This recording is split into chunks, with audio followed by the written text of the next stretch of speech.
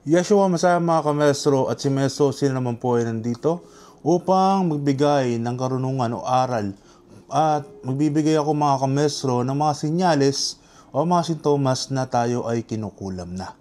So kung meron kayong mga kamag-anak, kakilala, kaibigan, asawa o ikaw mismo na nanonood na to, ay bahagi natin tong video na ito upang makatulong tayo sa tao at malaman nila na sila ay kinukulam at pwede silang magpagamot sa mga manggagamot na pinagkakatiwalaan nila. So, magbibigay ako mga karaniwang palatandaan na kinukulam ayon sa tradisyong Pilipino. Unang sign, mga kamestro, unang sign, biglaang nagkakasakit. Walang malinaw na sanhi at hindi matukoy ng doktor. So ito yung tinatawag natin na lagi na no findings. Kaya mas maigi mga kamestro na magpa-doktor muna tayo bago tayo pumunta sa albularyo. Mali po yung iba na nagpapalbularyo muna bago magpa-doktor. Maganda magpa-doktor tayo kung meron tayong sapat na pinansyal. So halimbawa, laging nahihilo, pagsusuka, matinding pananakit ng katawan o tiyan.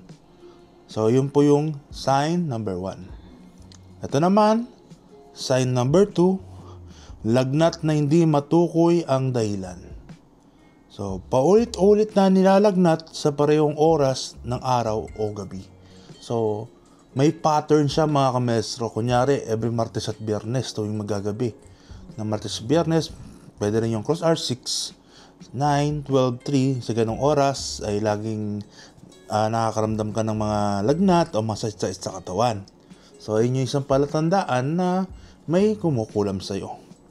At sign number 3 mga kamestro, hindi pangkaraniwang mga sugat at pasa. So, dito napapasok yung mga parang may mga butlig-butlig, yung mga namamaga, nagsusugat-sugat, mga ganyan.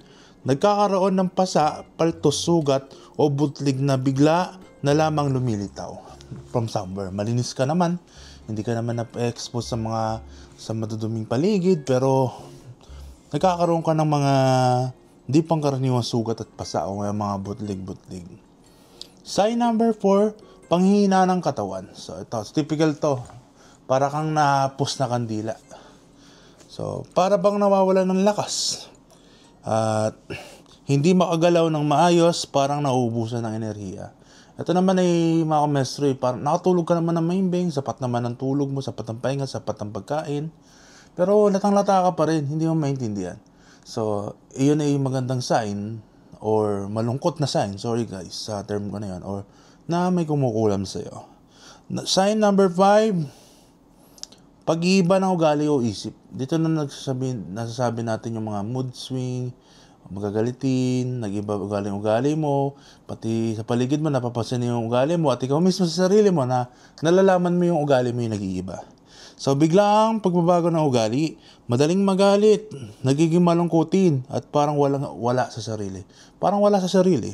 So lutang, yan, wala sa diwa, or worst case, parang nasisiraan na ng isip. Nakakita o nakakarinig ng mga kakaiba. Halimbawa, boses, anino, at nilalang. So nakaka-experience ka yung parang bubukas konti third day mo dahil sa kulam, nakakarinig ka ng mga boses sa paligid at yun na yung mga gabay na inutusan ng mangkukulam, pwede yung mangkukulam mismo or ma-attract ka sa mga evil spirit at nararamdaman mo sila, okay? O narinig o nakikita. Ito pa mga kamestro. Sign number 6. Kakaibang karanasan sa bahay. So sa bahay naman po sa ating tahanan, no? May narinig na yapak, kaluskos o kakaibang amoy. Halimbawa, bulok, dugo, insenso na walang pinagmumulan. So in worst case, pag kinukulang pa, lahat ng mga maamoy mo na kakaiba na wala naman dati. Yung mga mababaho, mga weirdong pang-amoy, yung mga weirdong amoy. So, yan din, nagpaparamdam, natatiwala naman, na naginip ka ng masama, mga ganyan, binabangungot. So, ayun po yun mga kamestro. At sign number 7, nabanggit ko ngayon bangungot o panaginip. Ito na po, panaginip o bangungot. Madalas na nananaginip ng kakaiba. Itim na nilalang, ahas, apoy o multo. So, pwede rin ito mga kamestro, pwede rin mga aksidente, at dagdag kaalaman lang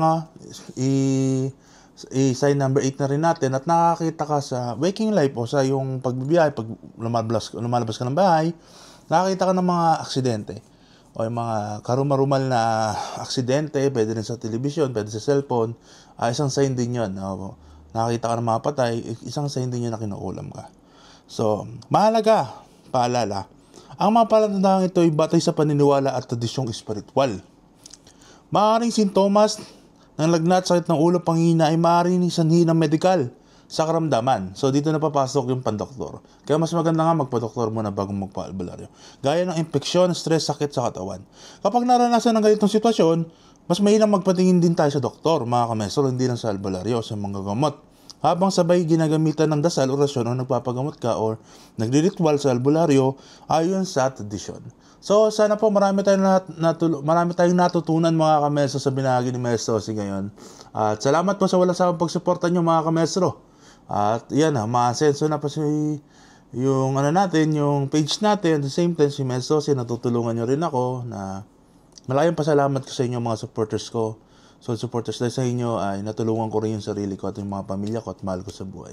At pangako ko sa inyo mga kamestro na habang buhay tatanda na tayo sa ganitong profesyon at hindi ako mapapagod na bigyan kayo ng tulong at tumulong man ako sa inyo o magbigay ako ng aral espiritual. Kasi ayan yung binigay sa ating misyon ng ating Panginoon Jesus. Maraming salamat mga kamestro. Sana marami kang natutunan sa na to. So, pakinggan natin maigi, replay natin at yung sintomas na yun ay kapag pumasok yan sa mga kakilala mo mahal sa buhay o sa iyo mismo, ay mas maiging magpagamot ka na sa albularyo. O pwedeng gumamit ka na ng mga orasyon para mabaklas ang kulam na ginawa sa iyo. Maraming salamat mga kamestro. Hanggang sa muli. Paalam. Pax.